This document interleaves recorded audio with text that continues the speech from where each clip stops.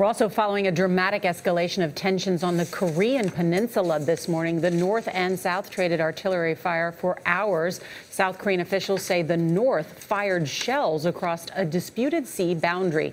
Troops from the South returned fire into North Korean waters. Seth Doane is in Beijing, where China is asking both sides to calm down. Seth, good morning.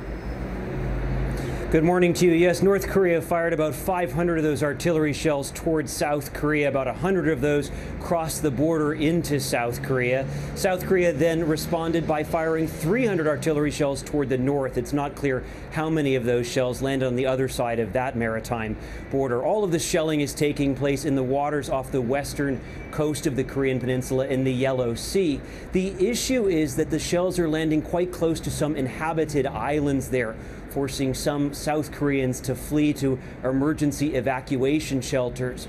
This is all taking place against the backdrop of regularly scheduled joint military exercises taking place between South Korean and U.S. troops. I spoke with a CBS News producer in Seoul today who told me that this is really making headlines there and causing some concern, not only because of the sheer number of shells that we're talking about here, but also because it's reminiscent of an incident back in 2010 that was quite similar, where you had North Korean shelling that killed 4 South Koreans. That was the first time South Koreans had been killed in that way since 1953, the de facto end of the Korean War.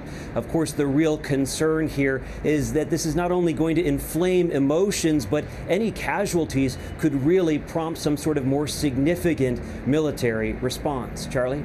Seth, thanks.